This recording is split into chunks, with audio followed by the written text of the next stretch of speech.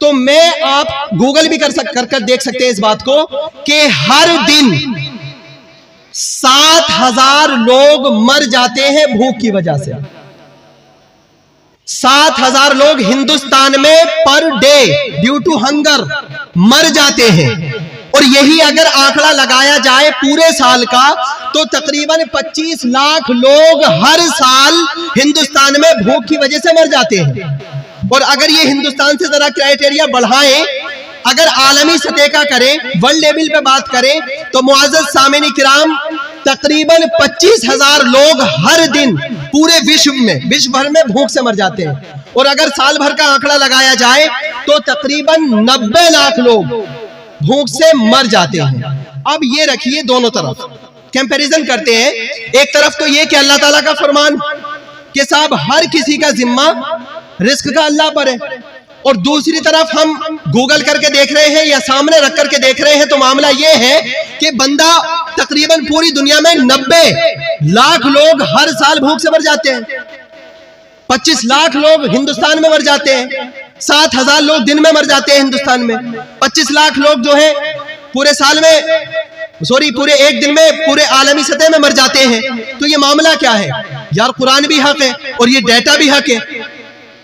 بھائی بات تو ہے نا, مر رہے ہیں اتنے لوگ اور ادھر قرآن کا بھی معاملہ ہے. تو جب کبھی ایسا ٹکراؤ ہوتا ہے تو اس میں تطبیق کی جاتی ہے, معاملات دیکھے جاتے ہیں, ذرا عمیق ڈیپ مائنڈ سے سوچا جاتا ہے, تطبیق کی جاتی ہے. تو معزز میں نے اس میں غور کی تو میں نے یہ پایا کہ معزز سامعین کرام اللہ کا وہ فرمان بالکل حق ہے. بھائی اللہ تعالیٰ نے رزق سب کا لکھ رکھا ہے, سب کے حساب کا دے رکھا ہے. البتہ معاملہ یہ ہے کہ اللہ تعالیٰ نے کسی کا رزق کسی کو دے دیا. اب یہ ذمہ داری ہے کہ جس کسی حصے کا رزق کسی اور کو دیا گیا اس کو چاہیے کہ اپنی ذمہ داری ریسپونسیبلٹی سمجھے اور اس شخص تک اس کا رزق پہنچا دے. یہ زکوٰۃ کا ایک بہترین پہلو نکالا جا سکتا ہے. کچھ لوگ بہت جو امیر ہیں ان کو جو رکھتے ہیں 40واں حصہ 2.5% رکھتے ہیں, وہ اس لیے کہ ان کے نکالنے سے معزز سامعین کرام دوسرے جو بھوکے ہیں ان کو رزق مل سکتا ہے. گویا ان کے حصے کا رزق ہے لیکن کسی اور کے ذمہ ڈال دیا ہے. لہذا ہم اب کر سکتے ہیں کہ اگر ہم امراء ہیں, امیر حضرات ہیں, تو ہمیں چاہیے کہ ہم غریبوں کو وہ مال دے دیں, تب وہ اللہ تعالیٰ کی آیات بالکل حق ہے اور یہ جو ڈیٹا ہے یہ بھی اس کے اکارڈنگ آ جائے گا. تو بس جو ہے ہمیں اپنی سوچ تھوڑی بدل لینی ہے. اگر ہم ذرا سی سوچ اپنی وسیع کر دیں, فراغ کر دیں, کشادہ کر دیں تو معاملہ بہت اچھا ہو جائے گا. اس کا میں ایک میتھڈ بھی دوں. دیکھیں ایک بڑے گھر کے مقابلے میں ایک دروازہ چھوٹا ہوتا ہے کہ نہیں؟ ایک بڑے گھر کے مقابلے میں ایک دروازہ چھوٹا ہوتا ہے اور اس دروازے کے مقابلے میں تالا چھوٹا ہوتا ہے اور اس تالے کے مقابلے میں چابی چھوٹی ہوتی ہے. لیکن مزے کی بات اس چھوٹی سی کی سے چابی سے پورا گھر کھل جایا کرتا ہے کہ نہیں؟ تو بس ذرا سا معاملہ ہے ہمارے سمجھنے کا, اور یہ جو فلسفہ دیتا ہے وہ اسلام ہی دیتا ہے. ایک مذہب اسلام ہی ایسا مذہب ہے کہ جس میں ساری آسائش دے رکھی ہوتی ہیں. اسلام is the religion of law and order. یہی ہے وہ جو فراہم کرتا ہے چیزوں کو. It provides people with shelter and convenience. معزز یہی وہ ایک مذہب ہے کہ جو ہمیں پروسپیریٹی کے ساتھ, خوشحالی کے ساتھ رہنے کی ہمیں تلقین کرتا ہے. It allows people to live together peacefully and safely.